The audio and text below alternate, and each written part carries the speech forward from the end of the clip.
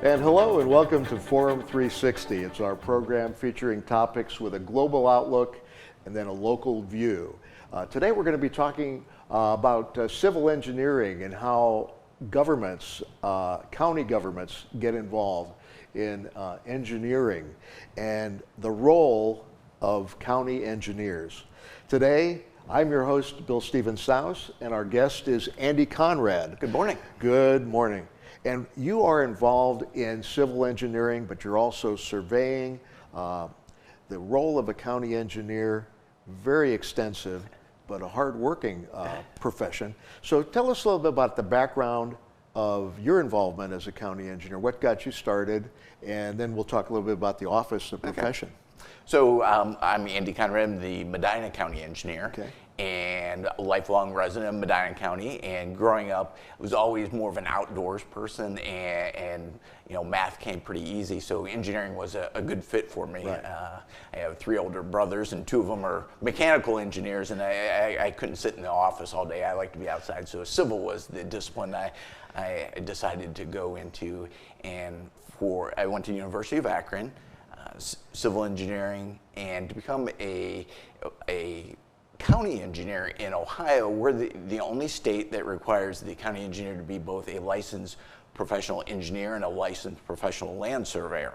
Oh, surveyor also. So I'm a land surveyor as well. So at University of Akron, that is a 4-year degree to get your civil engineering degree, and then going back and getting a 2-year associate degree in land surveying. And then you have to work as an apprentice as such for 4 years in both. Right. So it's 6 years of schooling, 8 years of practical land experience before you can sit to take the professional licensing exam. So my wife says I'm crazy. I should have become a doctor. It would have been quicker. So it is involved. It is involved. Getting educated as an engineering professional, civil engineer especially. Tell us a little bit about the history of engineering for what we call the county engineer in Ohio. It started back in the early 1800s, right? Yeah, the state of Ohio became a statehood in 1803, and at that time they granted, I think it was the courts, the role of appointing a county surveyor to help with the land division as we're coming across, developing as a state. Ownership of land is a big deal, right? And having accurate records of who owns what land, and the county surveyor at that time was in charge and tasked with the survey data and being the repository for that. Right. And so as the role of county engineer, it kind of evolved from the county surveyor, which was first appointed. It was a 3-year term. Then at one point it became a longer term, and then we became the county engineer as it became more of a transportation dependent role. In the early 1900s and the 1920s, it became an elected position of county engineer. But one of the interesting things is that even though we became the county engineer, we didn't lose all of our county surveyor duties, and that's why you have to be both a registered professional engineer and surveyor, is because even though we transitioned into the engineering world for transportation, we still hold the role of the county surveyor. Now, when you think about it, Andy, the Western Reserve area, which is Northeast Ohio, that transitioned, from the Connecticut landowners that came here, and they sent their various surveyors. So at one point, they were independent surveyors coming from Connecticut, but then in 1803, as you mentioned, it started becoming a state responsibility. So where we are here, the studio, Hudson in Summit County, once was Portage County, and then Medina County and Portage County met, and Trumbull County was a large one, Ashtabula, all these, Mahoning, Stark, Columbiana. So the area in the Western Reserve evolved, correct? Yeah, so currently there's 88 counties in Ohio, and yeah, the first state, the outlines of the counties look much different than they do currently. Right. A lot of them are much smaller now as we grew in the number of counties, and our borders have definitely changed. Right. Sometimes when we need old records, we can go up to the Western Reserve Historical Society and get some of the old surveying documents there. Wow. But sometimes we do need to call on some of our neighboring counties because they may have some of the records that were originally part of Medina County, but are now in some of the adjoining counties. Now, you have an association that you're very active in. It's the Association of the County Engineers of Ohio. Correct. And so you interface and work together with the other county engineers, and surveying responsibilities are discussed. Are there any issues that in the last, since you've been active, that you think are important to discuss? Oh, wow, how much time do we have? A couple minutes. Let's do 2. Okay. No, there's lots of things that are very important as far as things coming through our association. Probably one of the more hot topics isn't surveying related, but more bridge related. Okay. The federal government has put a lot of emphasis on evaluation and inspection of our bridges and load rating each bridge. So each bridge by load rating is what is the load carrying capacity of a structure. So you see signs that you have erected on the county roads that show weight. Yes. Must be limited. Yes. That's an interesting. So that is something that is as a kind of a reaction to the bridge collapse up in Minnesota. Right. More than a decade The Twin ago. Cities was one of the interstates, right? Yeah. So that is something that has been a focus for our office in dealing with our County Engineers Association, is making sure that we're, as a state, each of the counties are compliant with the federal regulations. So that's something that we actively work on all the time. When you study or look into the role of county engineers and the profession, county engineers, it often talks about developing and improving the infrastructure of the county. So you have to oversee the projects, you have to do cost estimates, look the funding sources. Tell us a little bit about the funding sources, which many of us don't realize where your funding comes from for the roads, the bridges, and other activities. So the vast majority of the funding from my office comes from 2 sources. The first being the gas tax. Gasoline tax? Gasoline tax. So when you fuel up your car, there is a percentage of the cost of per gallon that is a state of Ohio tax, and then also a federal gas tax. And so when the state tax gets distributed, goes down, it's collected as a whole and is redistributed back to the counties, and we get an even percentage of that. The municipal governments get some, ODOT gets some, but then the federal gas tax, we get some of that funding back through our municipal planning organization, which is a 5-county group called NOACA up out of Cleveland, and we get some federal funds through them. But and the second source of income for me, the larger percentage, is through your automobile registration fee, which is basically your license plate. Your license plates and that's based on, varies. and that comes that's specific to the county, so it's not like you're sharing that evenly. So the more populated your county, the more vehicles, the more revenue that typically comes into your county based on the license plates. Right. Now, in certain areas, you have authorities that are above you. You have to deal with the community standards of each county. The county commissioners or the county council set some of the standards. And so do you have to continually be in communication with the commissioners and, of course, the state legislature too?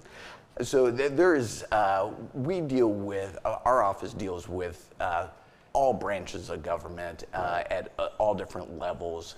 We work with our state legislature to look at different laws that could enable us to do our jobs more efficiently and improve the so infrastructure. A few years ago there was a bill that was passed into law that increased what's called force accounts. And force account is using county employees, my employees, to do work because it is capped at a certain dollar threshold. So anything over that dollar threshold, we have to put out for public bid. So we were, it was capped at a pretty low dollar amount that I couldn't replace anything more than like a small culvert. And here about 3 years ago, they increased the force account limit. Now I can use county forces to more efficiently and more economically replace small bridges, do a little bit more paving. It's just something that it's a tool in our toolbox that we can save some taxpayer dollars by using our own forces to do that type of work. I mentioned earlier about you would have to, with your staff and maybe other input, look at the viability of projects and how long projects might take and timelines. So typically, let's say you need to improve a bridge or improve a road. How long in advance do you and your staff have to work to get that ready? So just for a little bit of background, under Ohio law, Ohio is a little bit different in a number of areas. One of them being that we're required to inspect each of our bridges annually, every year. And in Ohio, a bridge is considered anything with a clear span of 10 foot or more. Okay. So that could be two 48-inch round pipes with 2 foot in between them. That is considered a bridge in Ohio. Okay. And the bridges on the county and the township roads are my responsibility to inspect annually. And so we're looking at those every year, and there is a rating scale that you give an appraisal number. And so we are every year looking at what our infrastructure, what kind of condition it's in, and we're applying for funding. It may be 5-6 years out that we're applying for funding based on current conditions, so that we have funding coming in when the structure is at end of service life. So we're looking at a 5-year pavement plan. So we're looking at in Medina County we have just under 325 miles of county road that we're responsible for maintaining and resurfacing. So we'll go out and we have a 5-year plan of roads that we're evaluating, that we're trying to assign a year for reconstruction on. And a lot of it is based on what type of funding we may get, grants from the state or from the federal government. So the timeline can be pretty wide and varied. If we're doing it with local funds, it may be something that we'll do next year. Our topic is the role of the county engineer. We've been listening to Andy Conrad, who is the Medina County engineer, one of the counties in our Western Reserve, Northeast Ohio region. And I'm your host, Bill Stephen Souse. This is Forum 360. And again, we're talking about the role of the county engineer working within the government. Again, Andy Conrad, you're both a professional engineer, civil engineer, and a professional surveyor. And this is a requirement, correct? In Ohio. In Ohio. In Ohio, like I mentioned previously, we're a little bit unique. We're the only state that requires you to be a land surveyor in addition to being the professional engineer. And we're the only state that the position of county engineer is elected. All right. So that is somewhat unique to Ohio. Now, overseeing surveying operations, that's usually the beginning of changing in areas for zoning and various things, and roads and bridges. So overseeing a surveying operation, what do you have? Who do you deal with? So we deal with a lot of different facets for surveying, from one of the remaining functions from the original county surveyor position is the county engineer is by statute, is the county tax map draftsman. So we're responsible for maintaining the tax maps, which is what the county auditor uses to assess taxes. Right. So if you look online, my tax map office, we have a electronic representation of the tax maps there that you can see your parcel lines, your property lines. So we deal with the county auditor, the county treasurer. We have conveyance standards that we review land surveys for accuracy. We look at the deeds to make sure that they're clearly defining what property they're transferring. Right. So we're dealing with townships on zoning issues. So the county planning department, there's just a lot of different agencies that are involved with that end of things. And Andy, when your crews go out to do a surveying to get a project started, typically how many men or women go out and do those type of jobs? So we run in our office, we have a 2-person survey crew, typically.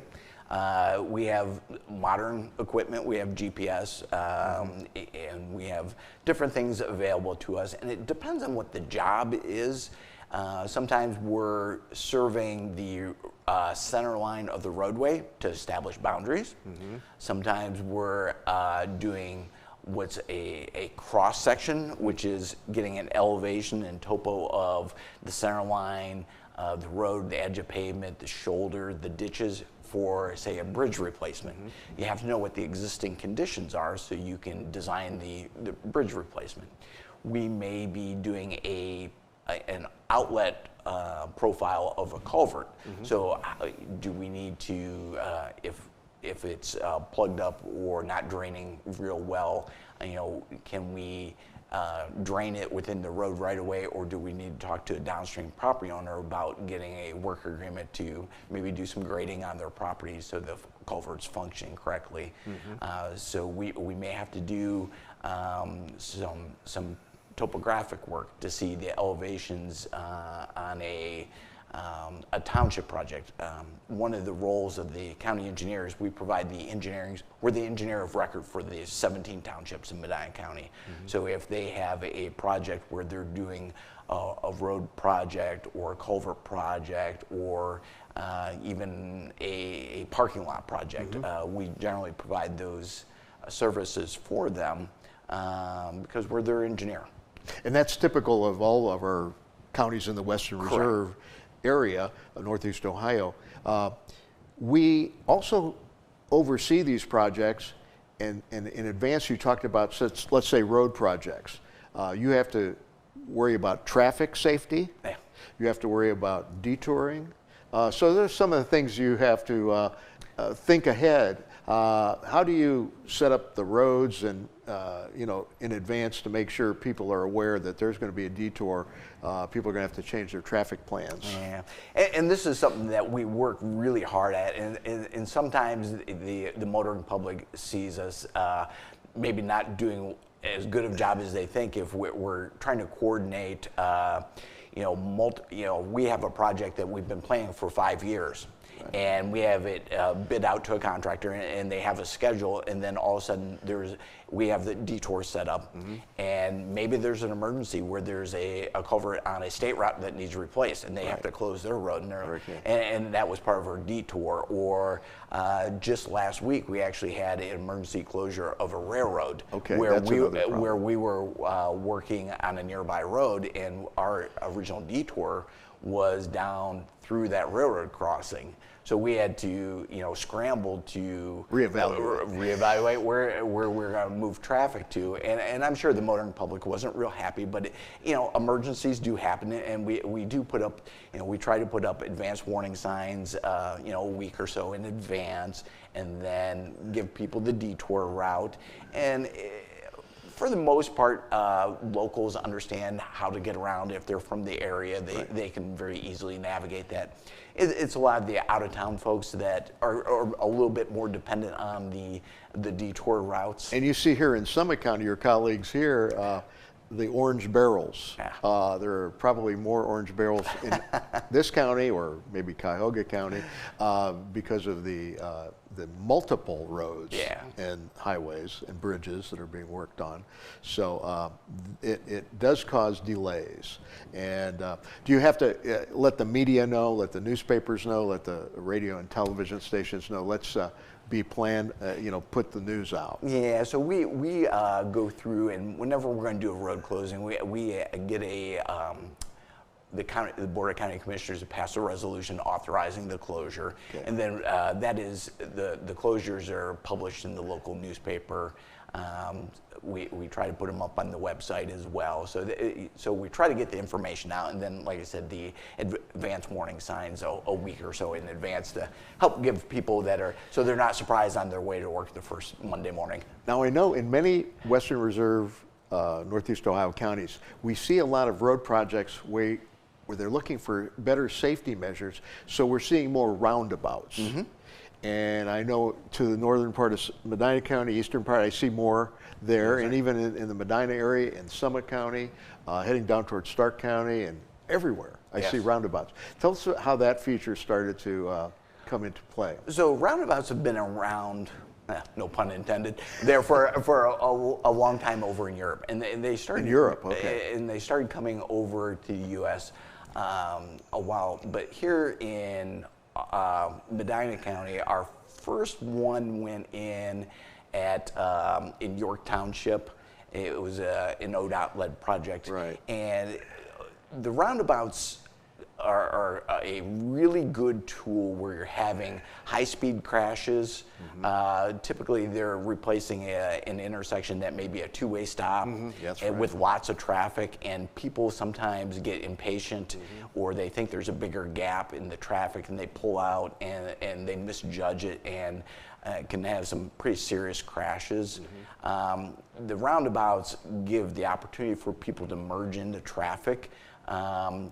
It doesn't eliminate crashes, but it eliminates the high-speed aspect. So we do get a number of fender benders where people aren't sure if I should go or I shouldn't go. But if you're doing that at 20 miles an hour as compared to 55, you're not seeing fatalities in the roundabouts or permanent injury type crashes.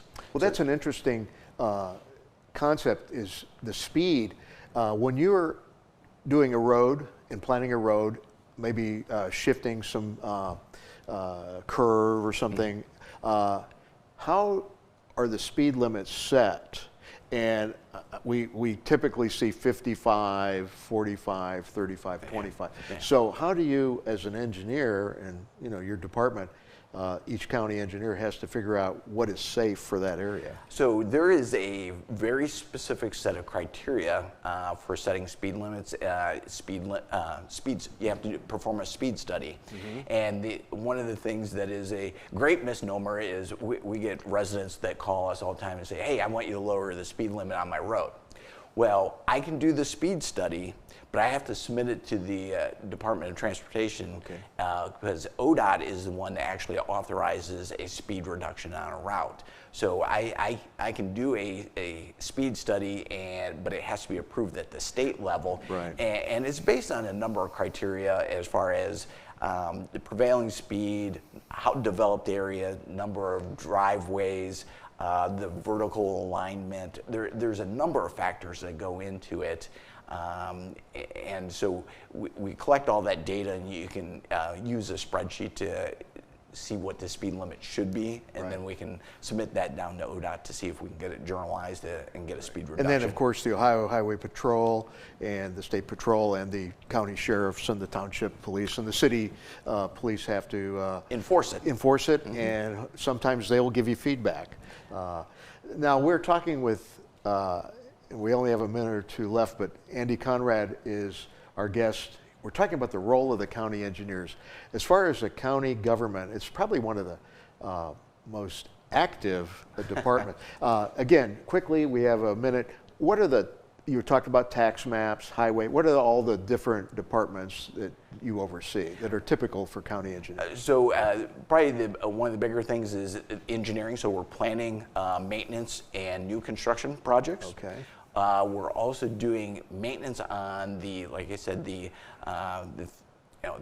all the roadways that we have, and that includes the snow and ice removal, right. Vegetative control. You'll see us out roadside mowing throughout the summer months. So highway maintenance. Yeah, and highway maintenance as far as striping the roads. Right. Just anything within the road right away that's happening. Typically, that's either being done by our county forces or by a contractor that we're involved with. Very good. Well, we learned a lot about the role of the county engineers. People can check with their own counties in the Western Reserve area here in Northeast Ohio. As Andy mentioned, we have an association of county engineers of Ohio. Andy's active in that. So contact your local county engineers if you have any questions. And I want to thank you for being a part of our Forum 360 to let the public in Northeast Ohio know what a county engineer does. Thank you so much. I appreciate it. Thank you very much. You're welcome. Forum 360 is brought to you by John S. and James L. Knight Foundation, the Akron Community Foundation, Hudson Community Television, the Rubber City Radio Group, Shaw Jewish Community Center of Akron, Blue Green, Electric Impulse Communications, and Forum 360 supporters.